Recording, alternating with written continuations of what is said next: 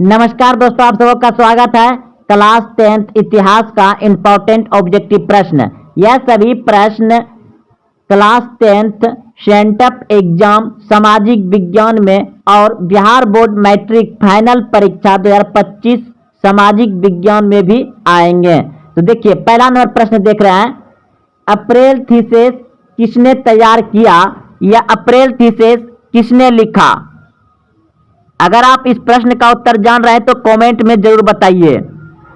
April thesis किसने तैयार किया? लेनिन ने। ऑप्शन नंबर ए सही है, लेनिन ने। अगला प्रश्न देखिए, प्रथम इंटरनेशनल की बैठक कहां हुई? प्रथम इंटरनेशनल की बैठक हुई रूस में, फ्रांस में, जर्मनी में, लंदन में। प्रथम इंटरनेशनल की बैठक हुई लंदन में। ऑप्शन नंबर डी सही है, लंदन में। बोल्शेविक क्रांति कब हुई? बोल्शेविक क्रांति कब हुई? ऑप्शन ए फरवरी 1917, ऑप्शन बी नवंबर 1917, ऑप्शन सी अप्रैल 1917, ऑप्शन डी 1905।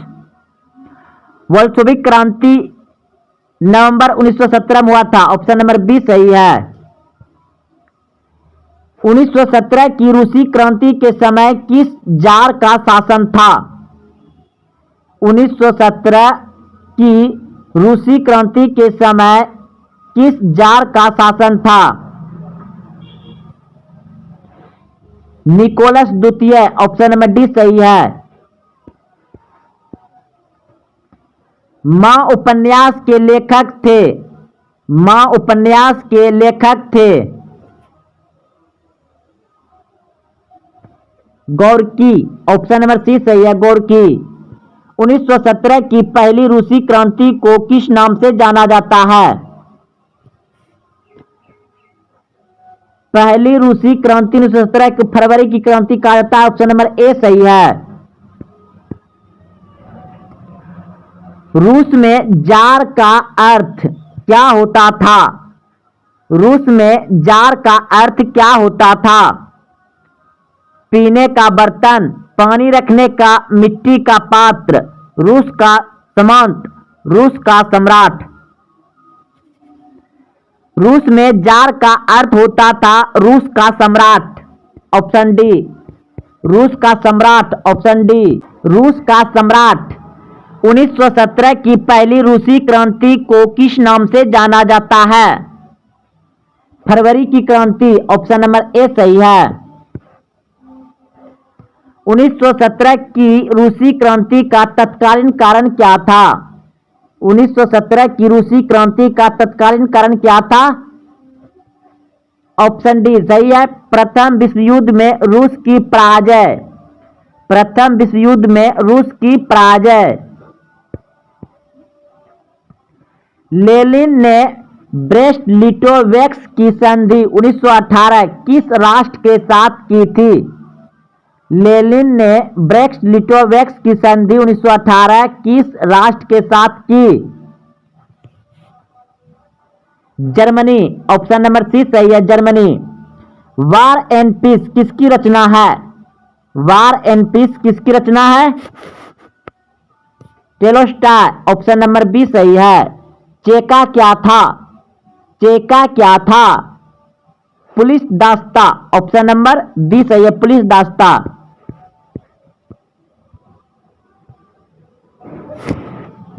विश्व में साम्यवादी शासन की स्थापना सर्वप्रथम किस देश में हुई?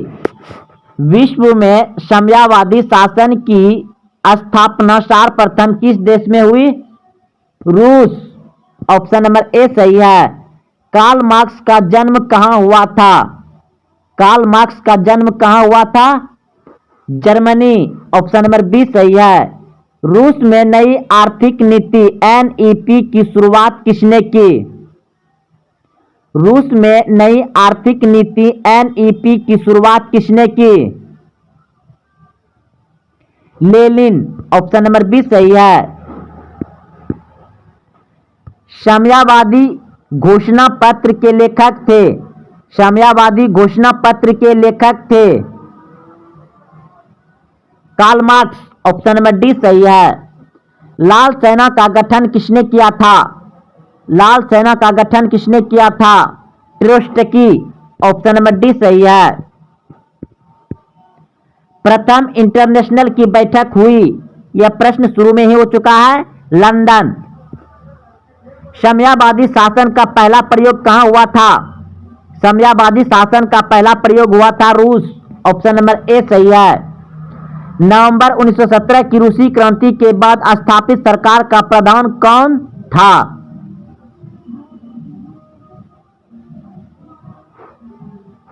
लेनिन, ऑप्शन नंबर सी सही है।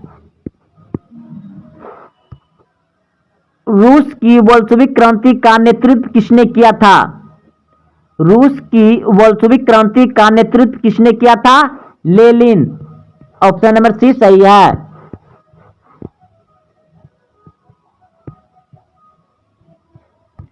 बिहार में भूकंप आने का मुख्यतः बिहार में भूकंप आने का मुख्यतः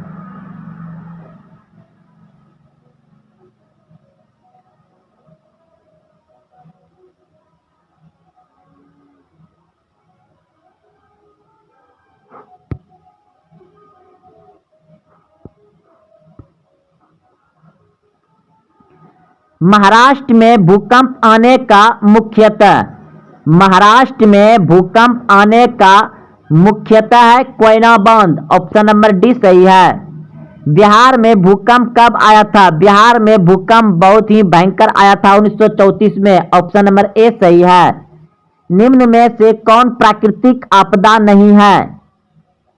हिंसा प्राकृतिक आपदा नहीं है, ऑप्शन बी। इनमें से कौन प्राकृतिक आपदा नहीं है? सुनामी, बाढ़, आतंकवाद, भूकंप। तो आतंकवाद प्राकृतिक आपदा नहीं है, भूकंप प्राकृतिक आपदा है, बाढ़ प्राकृतिक आपदा है, सुनामी प्राकृतिक आपदा है। सुनामी का प्रमुख कारण क्या है? सुनामी का प्रमुख कारण क्या है?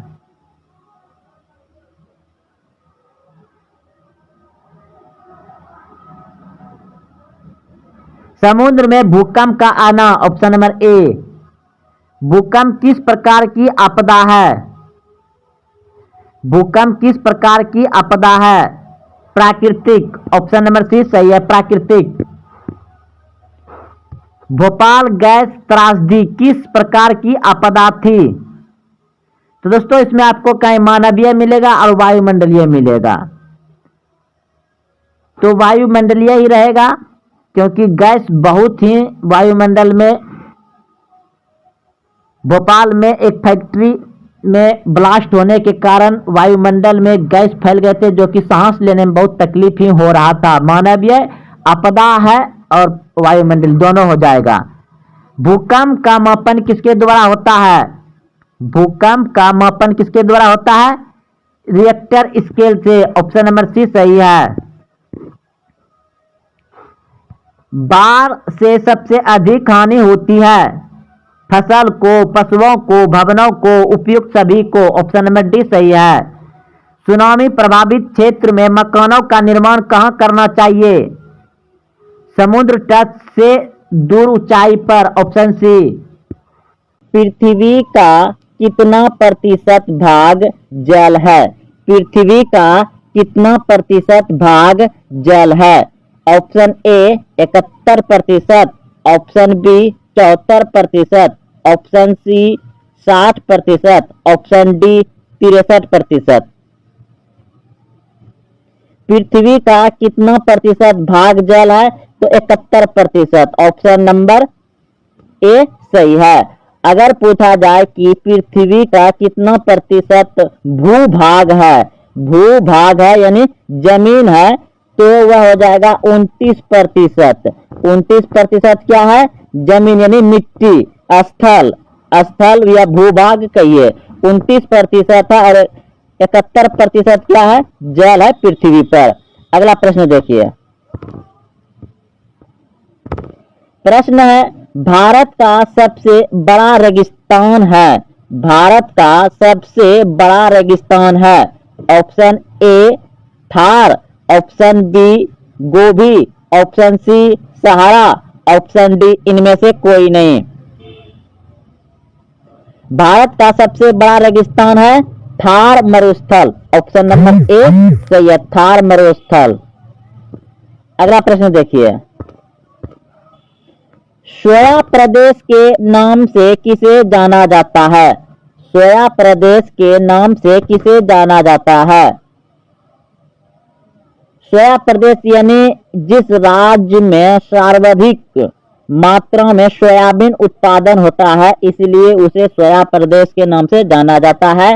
तो ऑप्शन नंबर डी बिल्कुल सही हो जाएगा, मध्य प्रदेश। मध्य प्रदेश को सोया प्रदेश कहा जाता है। अगला प्रश्न देखिए, भारत का सबसे ऊंचा बांध है। भारत का सबसे ऊंचा बांध है।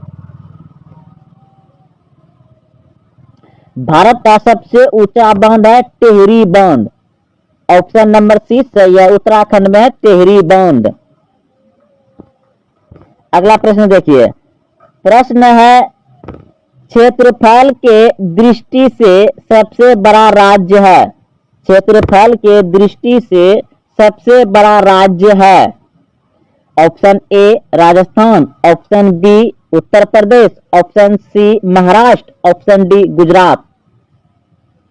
तो क्षेत्रफल के दृष्टि से सबसे बड़ा राज्य है राजस्थान, ऑप्शन नंबर ए सही है। और जनसंख्या में सबसे बड़ा राज्य है उत्तर प्रदेश, और तटीय भाग की लंबाई में है गुजरात सबसे बड़ा राज्य, और पक्की सड़क के मामले में सबसे ज्यादा बना है महाराष्ट्र में, ऑप्शन सी। तो दोस्तों आप लोग अच्छे से चारों प्रश्न के उत्तर का समझ गए होंगे कि क्षेत्रफल के दृष्टि से सबसे बड़ा राज्य राजस्थान, जनसंख्या के दृष्टि सबसे बड़ा राज्य उत्तर प्रदेश, और तटीय भाग की लंबाई से सबसे बड़ा राज्य गुजरात, और सर्वाधिक पक्की सड़क किस राज्य में बना है? तो महाराष्ट्र में। अगला प्रश्न देखिए, भारत का सबसे ऊंचा बांध है। भारत का सबसे ऊंचा बांध है। तो दोस्तों यह प्रश्न भी हो गया है, भारत का सबसे ऊंचा बांध है टिहरी बांध, नहीं होगा, यह प्रश्न दो बार आ गया है, टिहरी बांध, ऑप्शन नंबर सी सही है। अगला प्रश्न देखिए, भारत में सर्वाधिक वर्षा किस स्थान पर होती है? भारत में सर्वाधिक वर्षा किस स्थान पर होती है? Option A Leh, option B Ladakh, option C Cherrapunji, option D Mawsynram. Bharat में सर्वाधिक वर्षा किस स्थान पर होती है? तो मासिन Ram Meghalaya, option number D सही है, मेघालय में सबसे अधिक वर्षा होती है मासिन राम में। भारत की सबसे लंबी नहर। भारत की सबसे लंबी नहर, ऑप्शन ए स्वर्ण नहर, ऑप्शन बी गंगा नहर, ऑप्शन सी पेरियर नहर, ऑप्शन डी इंदिरा गांधी नहर। तो नहर होता है दोस्तों मानव के द्वारा बनाया गया, तो भारत की सबसे लंबी नहर है इंदिरा गांधी नहर, ऑप्शन नंबर डी सही है, इंदिरा गांधी। भारत की सबसे लंबी नदी कौन सी है? भारत की सबसे लंबी नदी कौन सी है? Option A Ganga, option B Yamuna, option C Godavari, option D Kaveri. Bharat की सबसे लंबी नदी कौन सी है? तो गंगा नदी, ऑप्शन नंबर ए सही है, गंगा नदी। और दिल्ली यमुना नदी के किनारे है। दक्षिण भारत की गंगा कावेरी, और वृद्ध गंगा का होता है गोदावरी को। अगला प्रश्न देखिए, जनसंख्या के दृष्टि से सबसे छोटा राज्य। जनसंख्या के दृष्टि से सबसे छोटा राज्य गोवा, सिक्किम, नागालैंड, मणिपुर। जनसंख्या के दृष्टि से सबसे छोटा राज्य है सिक्किम, सबसे कम राज्य है जनसंख्या के दृष्टि में सिक्किम। और क्षेत्रफल के दृष्टि में सबसे छोटा राज्य गोवा। क्षेत्रफल के दृष्टि में सबसे बड़ा राज्य राजस्थान और क्षेत्रफल के दृष्टि से सबसे छोटा राज्य गोवा। जनसंख्या की दृष्टि से सबसे बड़ा राज्य उत्तर प्रदेश और सबसे छोटा राज्य जनसंख्या की दृष्टि से सिक्किम। और नागालैंड जो है कि यहाँ अंग्रेजी राजकीय भाषा अंग्रेजी है नागालैंड में। मणिपुर। अगला प्रश्न देखिए, भारत का सबसे लंबा बांध है। भारत का सबसे लंबा बांध है। भारत का सबसे लंबा बांध है हीराकुंड बांध। ऑप्शन नंबर 20 सही है। भारत का सबसे लंबा बांध हीराकुंड बांध।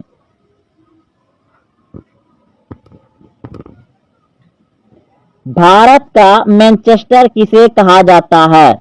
भारत का मैनचेस्टर किसे कहा जाता है?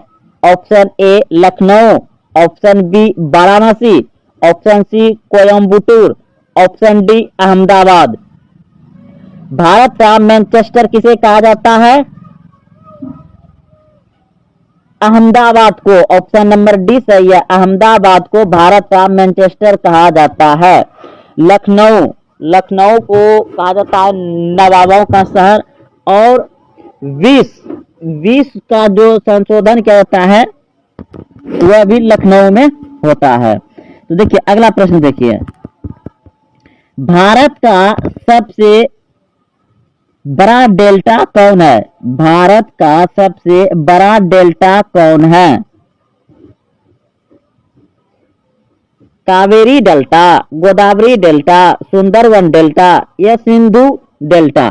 भारत का सबसे बड़ा delta Sundarban delta. Sundarban delta कहाँ पाया जाता है?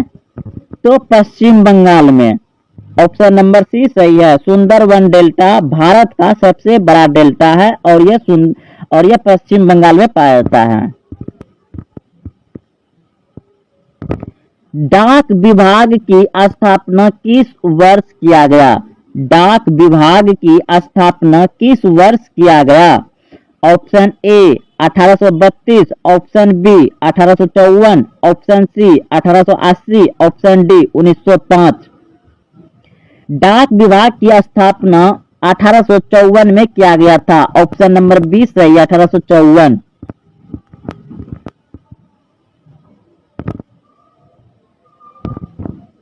भारत में पिन कोड की शुरुआत कब की गई? भारत में पिन कोड की शुरुआत कब की गई? Option A 1955, option B 1960, option C 1968, option D 1972। Bharat में पिन कोड की शुरुआत कब की गई? 1972। ऑप्शन नंबर डी सही है। 1972। सूती वस्त्र की राजधानी किसे कहा जाता है? सूती वस्त्रों की राजधानी किसे कहा जाता है? Option A Kanpur, option B Ahmedabad को, ऑप्शन सी मुंबई को, ऑप्शन डी वाराणसी को। सूती वस्त्रों की राजधानी किसे कहा जाता है? तो मुंबई को। ऑप्शन नंबर सी सही है। मुंबई को सूती वस्त्र की राजधानी कहा जाता है। ऑप्शन सी सही है, मुंबई।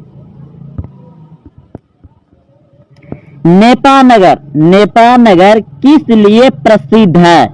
नेपानगर किस लिए प्रसिद्ध है? नेपानगर मध्य प्रदेश में पड़ता है। और नेपानगर किस लिए विख्यात है, किस लिए प्रसिद्ध है, किस लिए जाना जाता है? ऑप्शन ए अखबारी कागज, ऑप्शन बी सूती वस्त्र उद्योग, ऑप्शन सी लोहा इस्पात उद्योग, ऑप्शन डी सीमेंट उद्योग। तो नेपानगर प्रचलित है, प्रसिद्ध है, ज्यादा जाना जाता है तो अखबारी कागज के लिए प्रसिद्ध है, विख्यात है नेपानगर अखबारी कागज के लिए। अगला प्रश्न देखिए, सफेद सोना के नाम से किसे जाना जाता है? सफेद सोना के नाम से किसे जाना जाता है? तो ऑप्शन नंबर सफेद सोना के नाम से किसे जाना जाता है?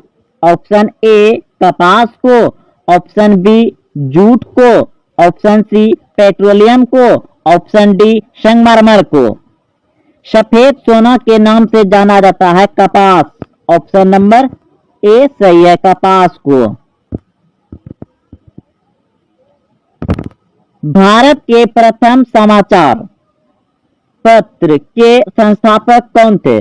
भारत के प्रथम समाचार पत्र कौन सा है? ऐसा भी ऑब्जेक्टिव पूछा जा सकता है, तो याद रखिएगा बंगाल गजट। बंगाल गजट जो है कि भारत का प्रथम समाचार पत्र था।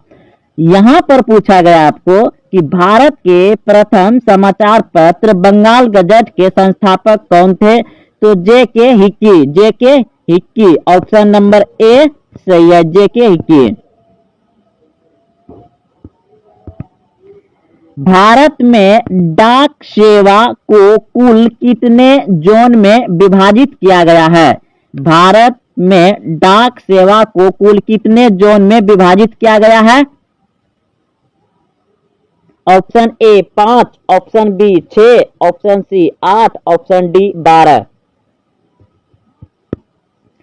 तो 8 क्षेत्र में 8 जोन में विभाजित किया गया है, 8 जोन में। ऑप्शन सी सही है। भारत का सबसे प्राचीन उद्योग कौन है?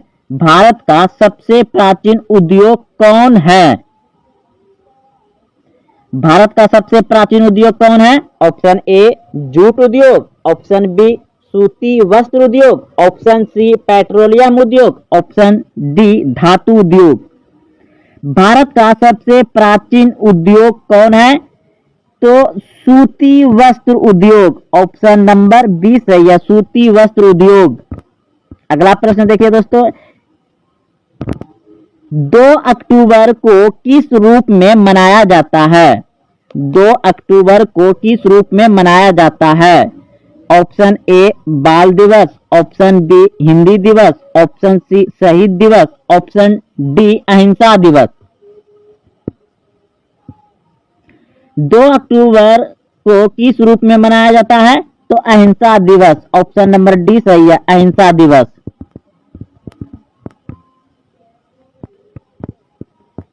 ₹1 के नोट पर किसका हस्ताक्षर होता है? ₹1 के नोट पर किसका हस्ताक्षर होता है? आरबीआई के गवर्नर, वित्त सचिव, प्रधानमंत्री, राष्ट्रपति। तो ₹1 के नोट पर किसका हस्ताक्षर होता है?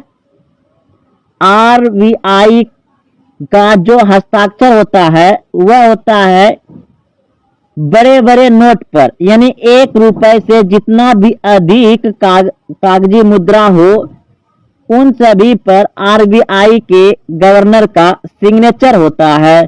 और ₹1 का जो नोट होता है उस पर होता है वित्त सचिव का। ऑप्शन नंबर 20 सही है।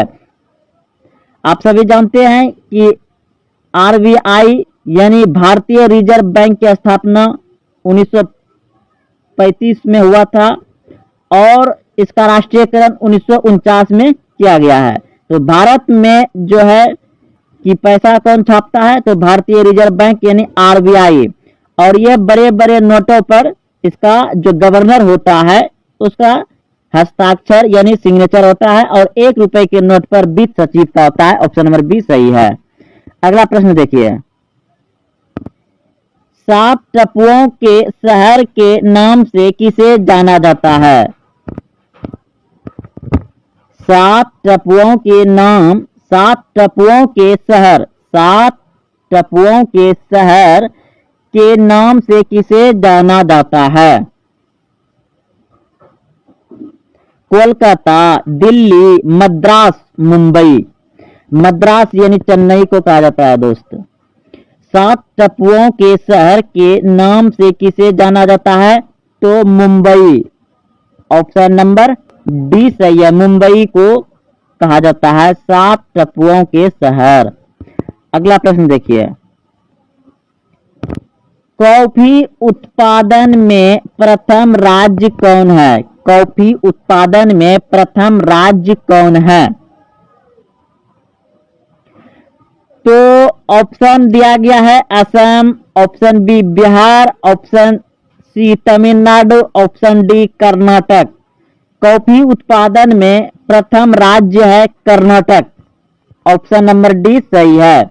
और बिहार जो है कि सबसे पिछड़ा राज्य है, बिहार में सबसे ज्यादा बेरोजगारी है, बिहार भारत के सबसे कम आय वाला राज्य है। असम जहाँ दार्जिलिंग चाय सबसे ज्यादा उत्पादन होता है असम यानी दार्जिलिंग में। तो आप सभी समझ गए हैं कि कॉफी उत्पादन में भारत का प्रथम राज्य है कर्नाटक। अगला प्रश्न देखिए, प्रश्न है भारत में हरित क्रांति के जन्मदाता किसे माना जाता है? भारत में हरित क्रांति के जन्मदाता किसे माना जाता है? Option A APJ Abdul Kalam को, option B G Kurien, option C doctor MS Swaminathan, option D Norman E वेरलोंग। तो भारत में हरित क्रांति के जन्मदाता किसे माना जाता है? तो ऑप्शन नंबर सी बिल्कुल सही है, doctor M S Swaminathan. Doctor M S Swaminathan. Bharat में हरित क्रांति किसमें आया था? तो कृषि में। भारत में हरित क्रांति किस क्षेत्र में आया था? गेहूं उत्पादन के क्षेत्र में। कब आया था? 1967-68 के बीच। प्रश्न है सार्क की स्थापना किस वर्ष की गई? सार्क की स्थापना किस वर्ष की गई? दोस्तों सार्क में जो आसपास का सहयोगी एक दूसरे मतलब आसपास का जो भी देश है सहयोगी देश बना गया है और इसमें 8 देश है। 8 देश मिलकर के सार्क की स्थापना किया है एक दूसरे को सहयोग करने के लिए, जिसमें से कि भारत भी पहले से है। म्यांमार भी शायद है या नहीं यह प्रश्न पूछा जाता है, आगे मिलेगा। तो सार्क की स्थापना किया गया था 8 देश मिलकर के 1985 में। ऑप्शन सी सही है 1985। अगला प्रश्न देखिए, सार्क का मुख्यालय कहां पर स्थित है? सार्क का मुख्यालय कहां पर स्थित है? Option A Nai Delhi, option B Dhaka, option C Peshawar, option D Kathmandu. SAARC का मुख्यालय कहां पर स्थित है? तो Kathmandu Nepal. Option number D सही है, काठमांडू में है। आजाद हिंद फौज का गठन कब हुआ? आजाद हिंद फौज का गठन कब हुआ? Option A 1900, option B 1498, option C 1921, option D 1942। तो आप सभी को याद आ गया होगा 1498 पढ़ के कि भारत सबसे पहले पुर्तगाली आया था। कब? 1498 में भारत पुर्तगाली आया था। 1921 में क्रिप्स मिशन भारत आया था। 1942 में 1942 में क्रिप्स मिशन भारत आया था। 1498 में पुर्तगाली भारत आया था। 1921 में जो है कि भारतीय जनगणना जनकीय विभाजन हुआ था 1921 में। और 1900 में क्या हुआ था आप लोग को याद आ रहा है तो बताइए। तो इस प्रश्न का उत्तर हो जाएगा आजाद हिंद फौज का गठन हुआ था 1942 में। कब हुआ था? 1942 में आजाद हिंद फौज का गठन 1942 याद रखिएगा। और 1942 में क्रिप्स मिशन भी भारत आया था। ऑप्शन नंबर डी सही है।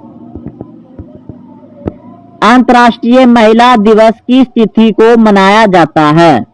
अंतर्राष्ट्रीय महिला दिवस किस तिथि को मनाया जाता है?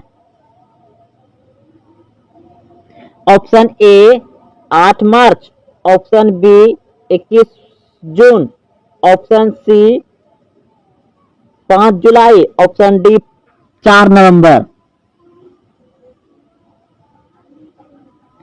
तो 8 मार्च को मनाया जाता है अंतर्राष्ट्रीय महिला दिवस, 8 मार्च को। गुटेनबर्ग का जन्म किस देश में हुआ? गुटेनबर्ग का जन्म किस देश में हुआ? ऑप्शन को यानी ए अमेरिका, ऑप्शन खो यानी बी जर्मनी, ऑप्शन गो यानी सी जापान, ऑप्शन घो यानी डी इंग्लैंड। गुटेनबर्ग का जन्म किस देश में हुआ? तो जर्मनी में, ऑप्शन नंबर खो सही है, जर्मनी। गुटेनबर्ग ने सर्वप्रथम किस पुस्तक की छपाई की? गुटेनबर्ग ने सर्वप्रथम किस पुस्तक की छपाई की? कुरान, गीता, हदीस, बाइबिल। गुटेनबर्ग ने सर्वप्रथम किस पुस्तक की छपाई की थी? तो बाइबिल, ऑप्शन नंबर डी सही है, बाइबिल। रूसो कहाँ का दार्शनिक था? रूसो कहाँ का दार्शनिक था? रूसो फ्रांस का दार्शनिक था, ऑप्शन नंबर को सही है, फ्रांस, फ्रांस का दार्शनिक था। विश्व में सर्वप्रथम मुद्रण की शुरुआत कहाँ हुई? विश्व में सर्वप्रथम मुद्रण की शुरुआत कहाँ हुई? तो चीन में, ऑप्शन नंबर सी सही है, चीन, चीन में हुआ था। बोल्शेविक क्रांति कब हुई? बोल्शेविक क्रांति कब हुई थी? तो नवंबर 1917, ऑप्शन नंबर खो सही है। लाल सेना का गठन किसने किया था? लाल सेना का गठन किया था ट्रोट्स्की, ऑप्शन नंबर सी सही है। लेनिन की मृत्यु कब हुई? लेनिन की मृत्यु कब हुई? 1924, ऑप्शन नंबर डी सही है।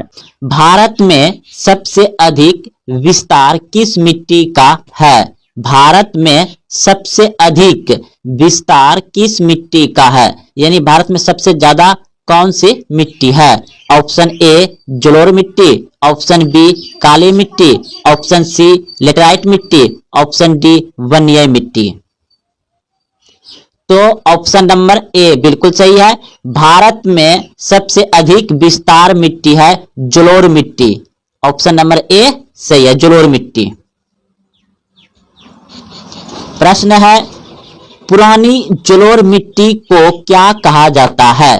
पुरानी जलोढ़ मिट्टी को क्या कहा जाता है? भांगर मिट्टी कहा जाता है, ऑप्शन नंबर ए सही है, भांगर। अगला प्रश्न देखिए, जलोढ़ मिट्टी में कौन सा तत्व प्रचुर मात्रा में पाया जाता है? जलोढ़ मिट्टी में कौन सा तत्व प्रचुर मात्रा में पाया जाता है, यानी कि सबसे ज्यादा पाया जाता है? Option A potash, option B phosphorus, option C nitrogen, option D जिम्बा। तो जलोढ़ मिट्टी में कौन सा तत्व प्रचुर मात्रा में पाया जाता है? तो पोटास, ऑप्शन नंबर ए सही है, पोटास। भारत की सबसे उपजाऊ मिट्टी है? भारत की सबसे उपजाऊ मिट्टी है, यानी भारत में सबसे ज्यादा किस मिट्टी में फसल उपजाऊ होता है, खेती होता है? तो वाजिब सी बात है, जो भारत में सबसे ज्यादा मिट्टी पाया जाता है जलोढ़ मिट्टी, ऑप्शन नंबर बी सही है, जलोढ़ मिट्टी में सबसे ज्यादा उपजाऊ होता है, यानी जलोढ़ मिट्टी सबसे ज्यादा उपजाऊ मिट्टी है भारत में। अगला प्रश्न देखिए, काली मिट्टी उपयुक्त है? काली मिट्टी उपयुक्त है कपास के लिए, लीची के लिए, गेहूं के लिए, बाजरा के लिए? काली मिट्टी उपयुक्त है, ऑप्शन ए बिल्कुल सही है, कपास के लिए। काली मिट्टी किस लिए उपयुक्त है? कपास की खेती के लिए, ऑप्शन नंबर ए सही है। इनमें से किस राज्य में काली मृदा पाई जाती है? इनमें से किस राज्य में काली मिट्टी पाई जाती है? ऑप्शन ए जम्मू और Kashmir, option B Jharkhand, option C Rajasthan, option D Maharashtra. तो इनमें से किस राज्य में काली मृदा पाई जाती है, काली मिट्टी? तो महाराष्ट्र में। ऑप्शन नंबर डी सही है, महाराष्ट्र में। काली मिट्टी का दूसरा नाम क्या है? काली मिट्टी का दूसरा नाम क्या है? ऑप्शन ए बलुआई मिट्टी, ऑप्शन बी रेगुर मृदा, ऑप्शन सी लाल मृदा, ऑप्शन डी पर्वतीय मृदा। काली मिट्टी का दूसरा नाम है रेगुर मृदा। ऑप्शन नंबर बी सही है, रेगुर मृदा। लेटेराइट मृदा का रंग होता है, लेटेराइट मृदा का रंग होता है। ऑप्शन ए पीला, ऑप्शन बी लाल, ऑप्शन सी काला, ऑप्शन डी भूरा। लेटेराइट मृदा का रंग होता है लाल। ऑप्शन नंबर बी सही है, लाल होता है। लेटेराइट मृदा का रंग होता है लाल। लेटेराइट मिट्टी का रंग कैसा होता है? लाल। ऑप्शन नंबर बी सही है। मरुस्थलीय मृदा का विस्तार निम्न में से कहां है? यानी मरुस्थलीय, मरुस्थलीय यानी रेगिस्तान, मरुस्थलीय यानी रेगिस्तान मृदा का विस्तार निम्न में से कहां है? Option A Uttar Pradesh, option B Rajasthan, option C Karnataka, option D Maharashtra. मरुस्थलीय मृदा का विस्तार राजस्थान में है। ऑप्शन नंबर बी सही है, राजस्थान। राजस्थान में थार मरुस्थल है जो कि मरुस्थलीय मृदा भी कहा जाता है। ऑप्शन नंबर बी सही है, थार मरुस्थल है राजस्थान में, इसलिए वहां मरुस्थलीय मृदा का विस्तार है। ऑप्शन नंबर बी सही है। मृदा का विस्तार निम्न में से कहां है? यानी सबसे ज्यादा मृदा का विस्तार कहां है? तो उत्तर प्रदेश। ऑप्शन नंबर ए सही है। भारत में चारागाह के अंतर्गत कितनी भूमि है? भारत में चारागाह यानी कि चारा पशुओं को चारा उड़क खिलाने के लिए कितना प्रतिशत भूमि है? तो ऑप्शन नंबर ए बिल्कुल सही है, 4.71%। पंजाब में भूमि नमीकरण का मुख्य कारण है। पंजाब में भूमि नमीकरण का मुख्य कारण है अधिक सिंचाई। ऑप्शन नंबर डी सही है, अधिक सिंचाई। सोपानी कृषि, सोपानी कृषि किस राज्य में प्रचलित है? सोपानी कृषि किस राज्य में प्रचलित है? उत्तराखंड में। ऑप्शन नंबर डी सही है, उत्तराखंड में सोपानी कृषि प्रचलित है। मेढक के प्रजनन प्रक्रिया को बाधित करने वाला रसायन कौन है? मेढक को प्रजनन प्रक्रिया को बाधित करने वाला रसायन कौन है? एड्रीन। ऑप्शन नंबर सी सही है, मेढक को प्रजनन प्रक्रिया को बाधित करने वाला रसायन कौन है? एड्रीन। ऑप्शन नंबर सी सही है। जल किस प्रकार का संसाधन है? जल किस प्रकार का संसाधन है? तो चक्रीय। ऑप्शन नंबर ए सही है, चक्रीय। बृहद क्षेत्र में यानी कि बहुत ज्यादा क्षेत्र में जल की उपस्थिति के कारण ही पृथ्वी को कहते हैं, क्या कहते हैं? अधिक जल के उपस्थिति के कारण ही पृथ्वी को क्या कहते हैं? नीला ग्रह। ऑप्शन नंबर बी सही है, नीला ग्रह कहते हैं। किसने कहा संसाधन होते नहीं बनते हैं? किसने कहा संसाधन होते नहीं बनते हैं? Zimmerman, option B Mahatma Gandhi, option C Sandeep Pandey, option D इनमें से कोई नहीं। जिम्बरमैन ने कहा संसाधन होते नहीं बनते हैं। ऑप्शन नंबर ए सही है, जिम्बरमैन। निम्नलिखित में से कौन सा संसाधन प्राकृतिक संसाधन है? निम्नलिखित में से कौन सा संसाधन प्राकृतिक संसाधन है? तो भूमि क्या है? प्राकृतिक संसाधन है। ऑप्शन नंबर ए सही है। भवन मानव के द्वारा बनाया गया, मानव योग्यता तो मानव है, इनमें से कोई नहीं, तो भूमि जो है प्राकृतिक है। ऑप्शन नंबर ए सही हो जाएगा। निम्नलिखित निम्नलिखित में से कौन प्राकृतिक संसाधन नहीं है? निम्नलिखित में से कौन प्राकृतिक संसाधन नहीं है? वन तो प्राकृतिक हो जाएगा, नदियां भी प्राकृतिक हो जाएगा, खनिज भी प्राकृतिक हो जाएगा, नगर नगर जो है मानव के द्वारा बसाया जाता है। ऑप्शन नंबर सी सही है, ये प्राकृतिक संसाधन नहीं है नगर। सौर ऊर्जा निम्नलिखित में से कौन सा संसाधन है? सौर ऊर्जा निम्नलिखित में से कौन सा संसाधन है? तो ऑप्शन नंबर हो जाएगा बी, नवीकरणीय संसाधन है। सौर ऊर्जा क्या है? नवीकरणीय ऊर्जा है, नवीकरणीय। ऑप्शन नंबर बी सही है। कौन सा ऊर्जा स्रोत अनवीकरणीय है? कौन सा ऊर्जा स्रोत अनवीकरणीय है? तो कोयला। ऑप्शन नंबर सी सही है, कोयला अनवीकरणीय ऊर्जा स्रोत है।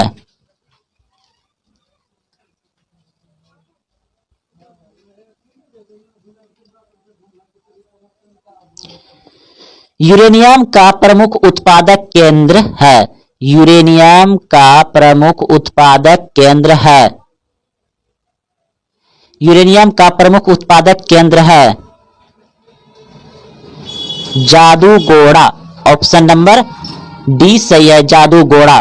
ये झारखंड में पड़ता है। निम्नलिखित में कौन खनिज केरल तट पर बालू के रूप में मिलता है? निम्नलिखित में कौन सा खनिज केरल तट पर बालू के रूप में मिलता है? थियोरियम। ऑप्शन नंबर सी सही है, केरल के तट पर मिलता है थियोरियम बालू के रूप में। तारा परमाणु ऊर्जा केंद्र है। तारा परमाणु ऊर्जा केंद्र है महाराष्ट्र में। ऑप्शन नंबर डी सही है, महाराष्ट्र में। तारापुर परमाणु ऊर्जा केंद्र कहां है? महाराष्ट्र में। ऑप्शन नंबर डी सही है। भारत का पहला परमाणु ऊर्जा केंद्र कहां स्थित है? भारत का पहला परमाणु ऊर्जा केंद्र कहां स्थित है? तारापुर में। ऑप्शन नंबर ए सही है, भारत का पहला परमाणु ऊर्जा केंद्र कहां स्थित है? तारापुर में। तारापुर कहां है? महाराष्ट्र में। एशिया का सबसे बड़ा परमाणु विद्युत गिरी है। एशिया का सबसे बड़ा परमाणु विद्युत गिरी है तो तारापुर। तारापुर कहां है? महाराष्ट्र में। ताप विद्युत केंद्र का उदाहरण है। ताप विद्युत केंद्र का उदाहरण है बरौनी। ऑप्शन नंबर 20 सही है, बरौनी। भारत के किस राज्य में सौर ऊर्जा के विकास की सर्वाधिक संभावनाएं हैं? भारत के किस राज्य में सौर ऊर्जा के विकास की सर्वाधिक संभावनाएं हैं? राजस्थान। ऑप्शन नंबर सी सही है, राजस्थान में भारत के राज्य में सर्वाधिक ऊर्जा विकास की सर्वाधिक संभावनाएं हैं राजस्थान में। प्रश्न था भारत के किस राज्य में सौर ऊर्जा यानी कि सौर प्लेट सबसे ज्यादा लगाया जा रहा है? राजस्थान के थार मरुस्थल में, इसलिए वहां सौर ऊर्जा के विकास की सर्वाधिक संभावनाएं हैं राजस्थान में। गुटेनबर्ग का जन्म किस देश में हुआ? गुटेनबर्ग का जन्म किस देश में हुआ? ऑप्शन को यानी ए अमेरिका, ऑप्शन खो यानी B Germany, option C Japan, option D England. तो ऑप्शन नंबर बी बिल्कुल सही है, गुटेनबर्ग का जन्म हुआ था जर्मनी में। ऑप्शन खो सही है। गुटेनबर्ग ने सर्वप्रथम पुस्तक की छपाई की। गुटेनबर्ग ने सर्वप्रथम किस पुस्तक की छपाई की? तो ऑप्शन नंबर डी बिल्कुल सही है, बाइबिल। गुटेनबर्ग ने सर्वप्रथम किस पुस्तक की छपाई की? बाइबिल। ऑप्शन नंबर डी सही है। रूसो कहां का दार्शनिक था? रूसो कहां का दार्शनिक था? Option A France, option B रूस, option C America, option D England. Rousseau France का दार्शनिक था। ऑप्शन नंबर को यानी ए सही है। विश्व में सर्वप्रथम मुद्रण की शुरुआत कहां हुई? विश्व में सर्वप्रथम मुद्रण की शुरुआत कहां हुई? भारत, जापान, चीन, अमेरिका। चीन, ऑप्शन नंबर सी सही है। चीन में ही कपड़ा का, रुपया का, प्रिंटिंग मशीन का आविष्कार हुआ है।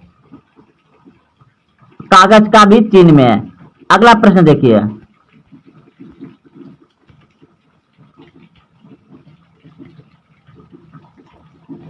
बोल्शेविक क्रांति कब हुई? बोल्शेविक क्रांति कब हुई? बोल्शेविक क्रांति हुआ था नवंबर 1917। ऑप्शन नंबर खो यानी बी सही है, 1917। बोल्शेविक क्रांति कब हुई थी? नवंबर 1917। ऑप्शन नंबर बी सही है, नवंबर 1917 में बोल्शेविक क्रांति हुई थी। अगला प्रश्न देखिए। लाल सेना का गठन किसने किया था? लाल सेना का गठन किसने किया था?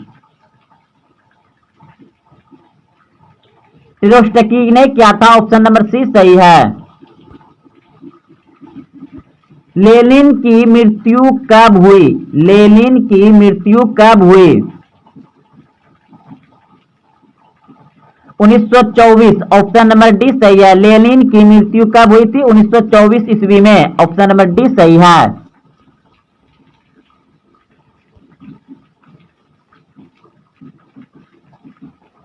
ब्रेस्ट लिटोवेक्स की संधि किन देशों के बीच हुई थी? रूस और जर्मनी। ऑप्शन नंबर डी सही है, रूस और जर्मनी के बीच हुआ था। यूटोपियन समाजवादी कौन नहीं था? यूटोपियन समाजवादी कौन नहीं था? Karl Marx. Option number C सही है, Karl Marx. War and peace किसकी रचना है? वार एंड पीस किसकी रचना है? टोल्स्टॉय का। ऑप्शन नंबर खो सही है।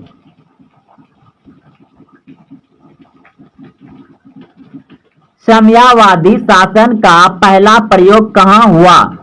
साम्यवादी शासन का पहला प्रयोग कहां हुआ?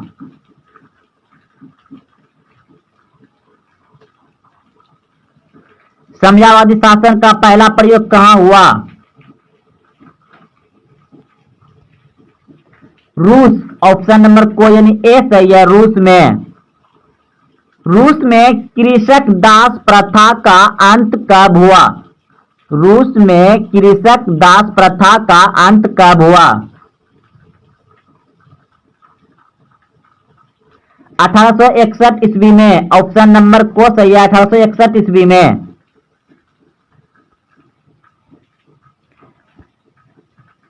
रूस में जार का अर्थ होता है रूस का सम्राट। हुआ आंदोलन किस प्रकृति का था? हुआ आंदोलन किस प्रकृति का था?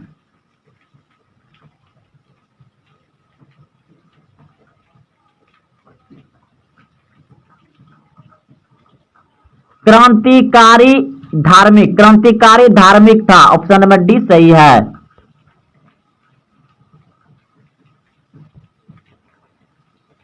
हिंद चीन क्षेत्र में कौन से देश आते हैं? हिंद चीन क्षेत्र में कौन से देश आते हैं?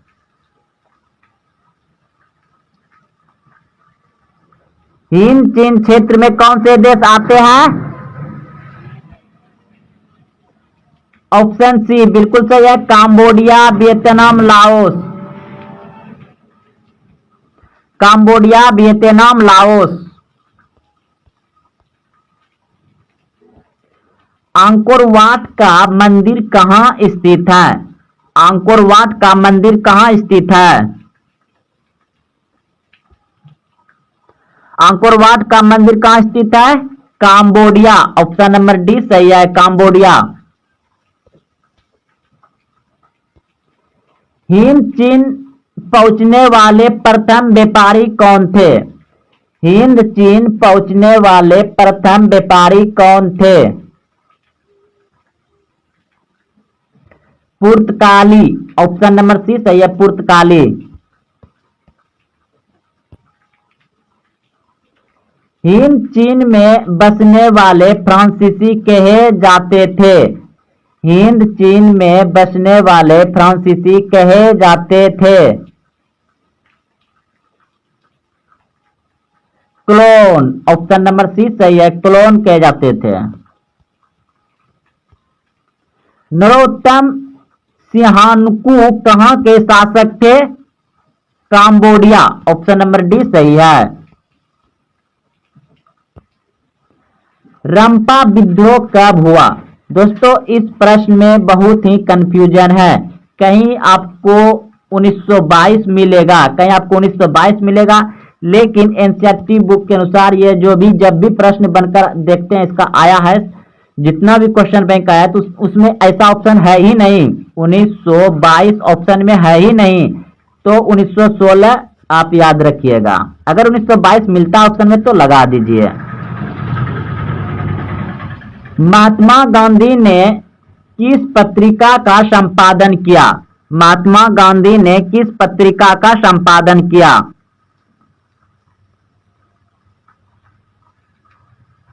Young India. Option number C सही है, यंग इंडिया। गदर पार्टी की स्थापना किसने और कब की?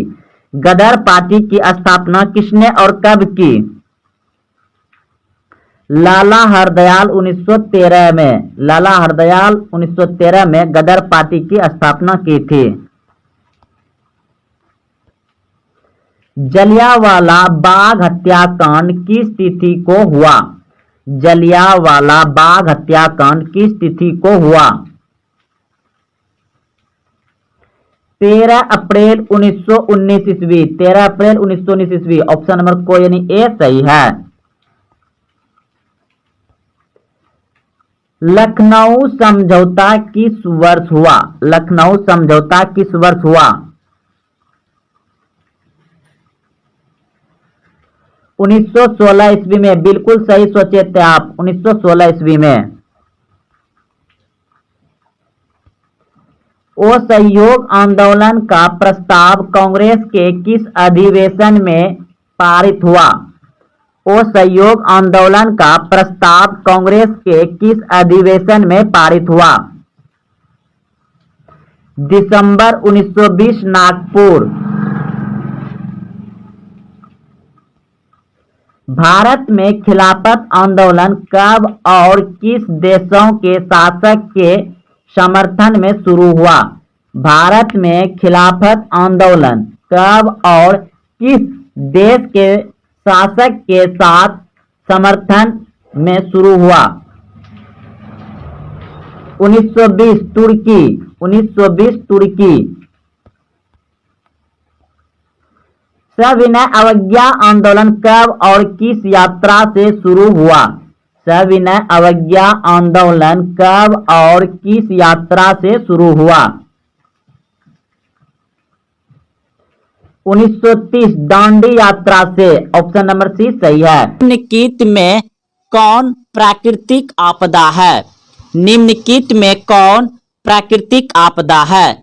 आपके सामने ऑप्शन दिया गया है। ऑप्शन ए आग लगना, ऑप्शन बी बम विस्फोट, ऑप्शन सी भूकंप, ऑप्शन डी रासायनिक दुर्घटना। तो पूछा गया है कि प्राकृतिक आपदा, प्राकृतिक आपदा यानी कि स्वयं अपने आप हो, तो ऐसा कौन सा ऑप्शन है जो कि अपने आप हो सकता है, जिसमें कि मानव का कोई हाथ ना हो, मानव का संभव ही ना हो कि वैसा काम कर सके, वैसे घटना को प्राकृतिक घटना कहेंगे या प्राकृतिक आपदा कहेंगे। तो ऑप्शन नंबर सी बिल्कुल सही है, भूकंप। भूकंप जो है कि प्राकृतिक है, लेकिन यहाँ पर देख रहे हैं ऑप्शन में आग लगना, ये मानव के द्वारा हो सकता है, बम विस्फोट ये भी मानव के द्वारा हो सकता है, रासायनिक दुर्घटना ये भी मानव के द्वारा हो सकता है, लेकिन भूकंप नहीं होगा इस मानव के द्वारा, इसलिए ये प्राकृतिक आपदा है। ऑप्शन सी सही है। इनमें कौन प्राकृतिक आपदा है? इनमें कौन प्राकृतिक आपदा है? आपके सामने ऑप्शन दिया गया है। ऑप्शन ए आतंकवाद, ऑप्शन बी महामारी, ऑप्शन सी दंगा, ऑप्शन डी इनमें सभी। तो महामारी जो है कि आतंकवाद मानव के द्वारा हो सकता है, दंगा भी मानव के द्वारा हो सकता है, लेकिन महामारी जो है कि बहुत बड़ा जैसे कोरोना, तो ये जैसे कि प्राकृतिक से रिलेटिव आ जाता है, तो ये प्राकृतिक आपदा हो जाएगा। ऑप्शन नंबर बी सही है। निम्नलिखित में कौन मानव जनित आपदा नहीं है? कह रहा है कि प्रश्न निम्नलिखित में कौन मानव जनित आपदा नहीं है? तो मानव जनित आपदा नहीं है सुनामी क्या है? प्राकृतिक है, तो ये मानव जनित आपदा नहीं है। ऑप्शन नंबर सी सही है। मानव जनित आपका आतंकवाद हो गया, रेल दुर्घटना हो गया, सांप्रदायिक दंगा हो गया, जो दंगा होता है जात में, यानी कि हिंदू या मुस्लिम ईसाई इस तरह से जो होते रहता है अलग धर्म में, तो ये सब नहीं होना चाहिए। भारत एक धर्मनिरपेक्ष राष्ट्र है, यहाँ सभी धर्म के लोग मिलजुल के रहते हैं।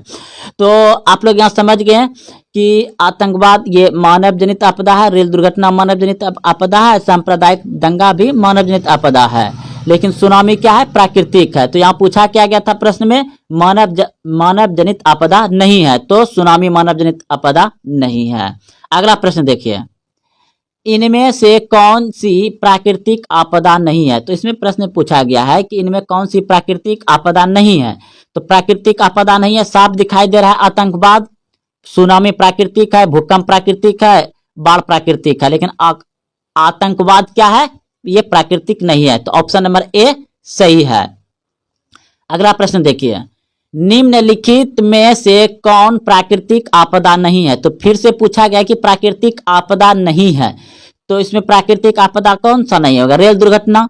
रेल दुर्घटना प्राकृतिक नहीं है, भूकंप प्राकृतिक है, बाढ़ प्राकृतिक है, सुनामी प्राकृतिक है, लेकिन रेल दुर्घटना प्राकृतिक नहीं है, यह मानव जनित है। ऑप्शन सी सही था। अगला प्रश्न देखिए, अगला प्रश्न है, इनमें कौन प्राकृतिक आपदा नहीं है? इनमें कौन प्राकृतिक आपदा नहीं है? तो ऑप्शन ए बाढ़, ऑप्शन बी सुखाड़, ऑप्शन सी चक्रवात, ऑप्शन डी गरीबी। तो सुखाड़ भी प्राकृतिक है, बाढ़ भी प्राकृतिक है, चक्रवात भी प्राकृतिक है, लेकिन गरीबी प्राकृतिक नहीं है। तो ऑप्शन नंबर डी सही है, गरीबी हो जाएगा। अगला प्रश्न देखिए, निम्न में से कौन मानव जनित आपदा है? इस बार प्रश्न में पूछा गया है कि इनमें से कौन मानव जनित आपदा है। तो ऑप्शन ए दिया गया है सांप्रदायिक दंगे, ऑप्शन बी दिया गया है आतंकवाद, ऑप्शन सी दिया गया है रेल दुर्घटना, ऑप्शन डी दिया गया है इनमें से कोई नहीं। तो निम्न में से कौन मानव जनित आपदा नहीं है? तो ऑप्शन नंबर हो जाएगा आपका डी, बिल्कुल सही है। मानव जनित आपदा ही सब दिया गया है, तो इसलिए इसमें कोई नहीं होगा। ऑप्शन नंबर डी सही है। अगला प्रश्न देखिए, निम्न में से कौन मानव जनित आपदा है? इस बार पूछा क्या मानव जनित आपदा है, तो इनमें सभ्य मानव जनित आपदा है, क्योंकि सांप्रदायिक दंगा और आतंकवाद दोनों आ गया, तो ये तीनों भी आ सकता है। ऑप्शन नंबर डी सही है। जैसे कोरोना जैसे हल्ला हुआ था कि चीन के वायरस को मतलब वैज्ञानिक ने बना करके छोड़ दिया था, तो वैसे ही ये आ जाता है, लेकिन ये आ जाएगा प्राकृतिक में। लेकिन जब यहाँ दो प्रश्न का दो ऑप्शन मिल रहा है, तो तीसरा भी साथ में लेके साथ चले जाना है, तो इनमें सभी हो जाएगा। ऑप्शन नंबर डी सही है। अगला प्रश्न देखिए, इनमें कौन मानव जनित आपदा है? इनमें कौन मानव जनित आपदा है? तो उपयुक्त सभी मानव जनित ही आपदा है। सांप्रदायिक दंगा और आतंकवाद, रेल दुर्घटना, ये सभी मानव जनित ही आपदा है। अगला प्रश्न देखिए, मानव जनित आपदा है, तो इसमें मानव जनित आपदा क्या है? आतंकवाद है, साफ दिखाई दे रहा है। बाकी तीनों क्या है? प्राकृतिक है। चलिए अगला प्रश्न देखिए, प्रश्न है भोपाल गैस त्रासदी किस प्रकार का आपदा थी? भोपाल गैस त्रासदी किस प्रकार का आपदा थी? तो ये एक कंपनी था और कंपनी में बहुत सारे मजदूर काम कर रहे थे, तो किसी न किसी मशीन तो उसमें किसी न किसी मतलब जो है कि मानव के द्वारा ही गलती हुआ था, तो इसलिए आ जाएगा क्या, और मानव ने ही मशीन फैक्ट्री कारखाना बैठाया था, तो मानव के द्वारा हो जाएगा, यानी मानव जनित आपदा था। भोपाल गैस त्रासदी जो हुआ था वो मानव जनित था। ऑप्शन नंबर ए सही है। अगला प्रश्न देखिए, प्रश्न है कितने प्रतिशत कम वर्षा होने पर किसी क्षेत्र को सूखा घोषित कर दिया जाता है?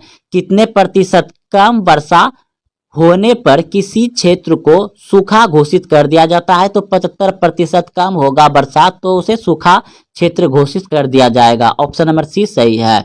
अगला प्रश्न देखिए, प्रश्न है बहुत ही अच्छे, और ये प्रश्न बिहार बोर्ड मैट्रिक परीक्षा सामाजिक विज्ञान में बहुत बार पूछे गए और पूछे जाते हैं।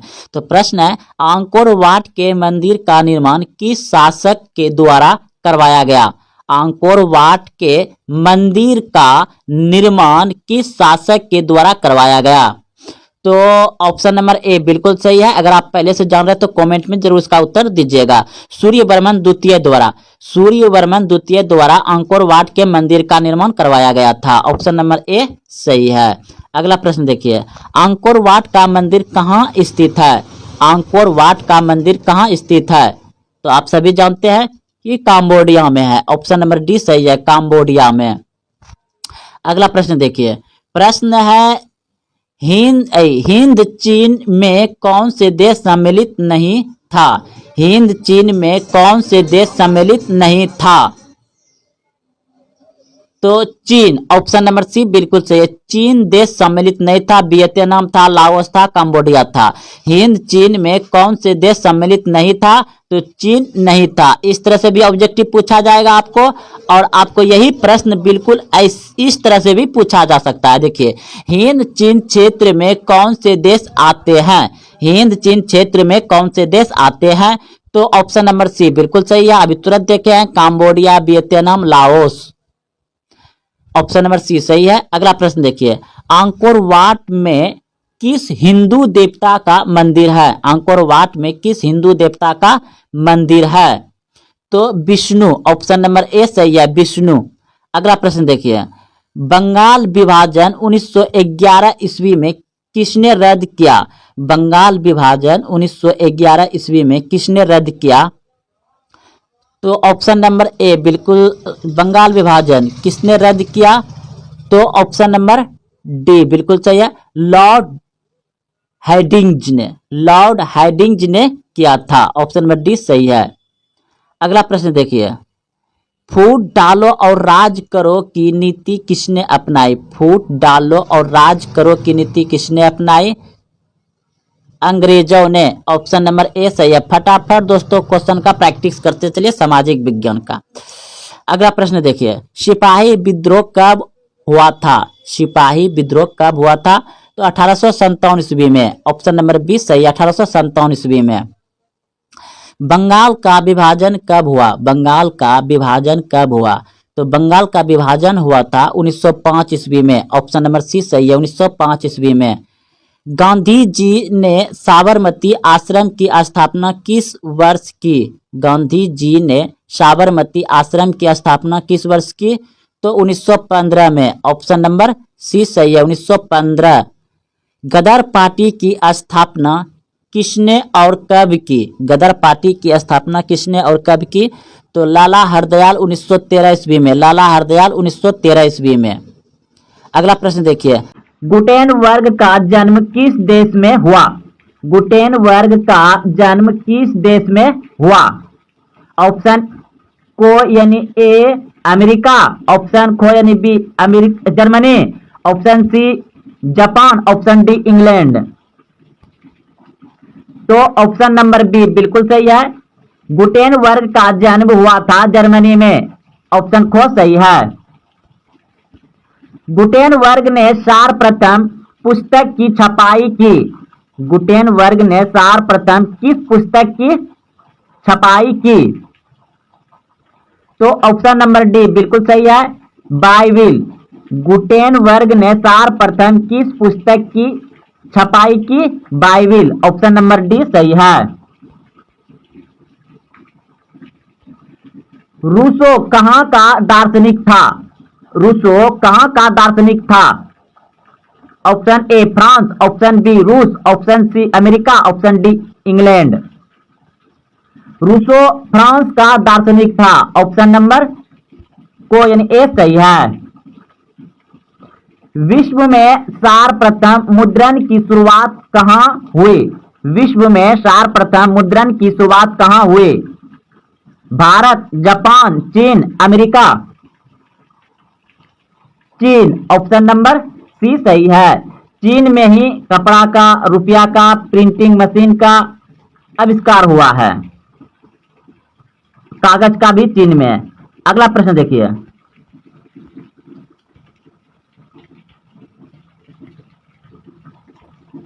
बोल्शेविक क्रांति कब हुई? बोल्शेविक क्रांति कब हुई? बोल्शेविक क्रांति हुआ था नवंबर 1917। ऑप्शन नंबर खो यानी बी सही है, 1917। बोल्शेविक क्रांति कब हुई थी?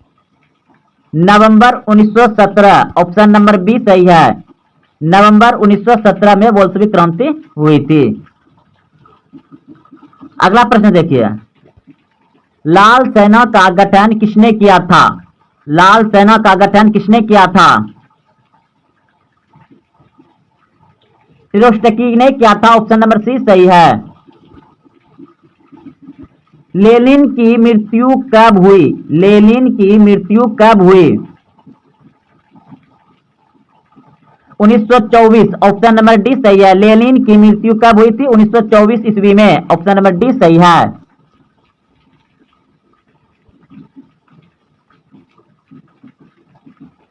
ब्रेस्ट लिटोवेक्स की संधि किन देशों के बीच हुई थी? रूस और जर्मनी। ऑप्शन नंबर डी सही है, रूस और जर्मनी के बीच हुआ था। यूटोपियन समाजवादी कौन नहीं था? यूटोपियन समाजवादी कौन नहीं था? Karl Marx. Option number C सही है, Karl Marx. War and peace किसकी रचना है? वार एंड पीस किसकी रचना है? टोल्स्टॉय का। ऑप्शन नंबर खो सही है।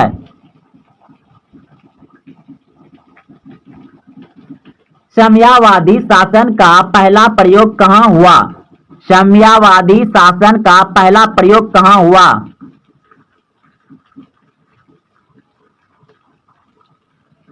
साम्यवादी शासन का पहला प्रयोग कहां हुआ? रूस। ऑप्शन नंबर को यानी ए सही है, रूस में। रूस में कृषक दास प्रथा का अंत कब हुआ? रूस में कृषक दास प्रथा का अंत कब हुआ? 1861 ईस्वी में। ऑप्शन नंबर को सही है, 1861 ईस्वी में।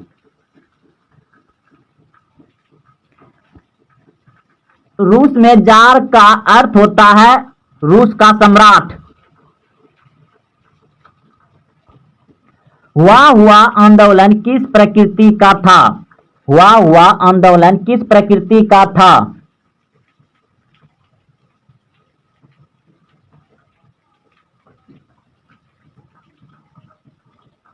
क्रांतिकारी धार्मिक। क्रांतिकारी धार्मिक था। ऑप्शन नंबर डी सही है।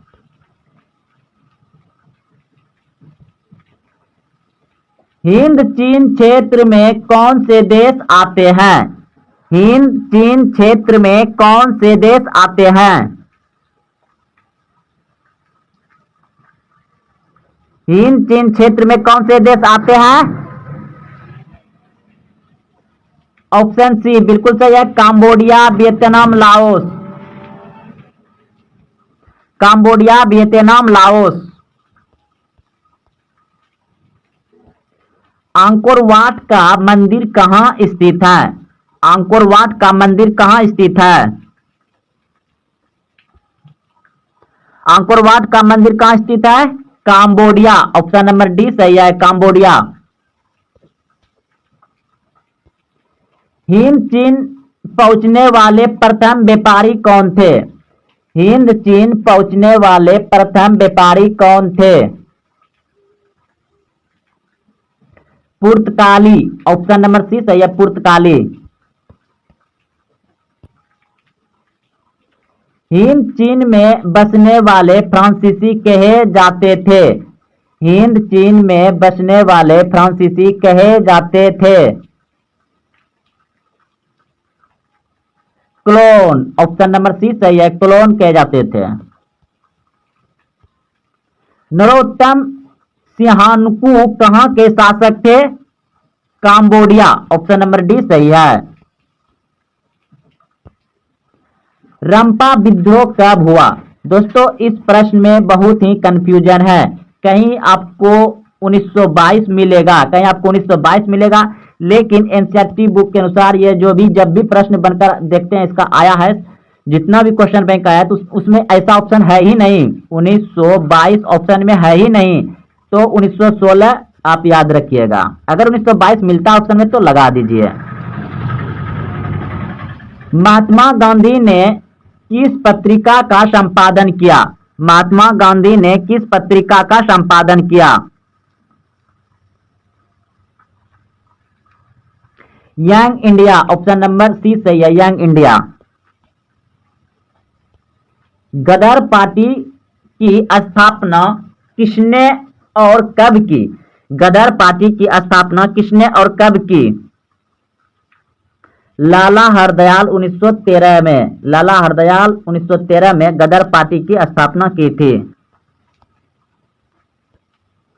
जलियांवाला बाग हत्याकांड किस तिथि को हुआ? जलियांवाला बाग हत्याकांड किस तिथि को हुआ?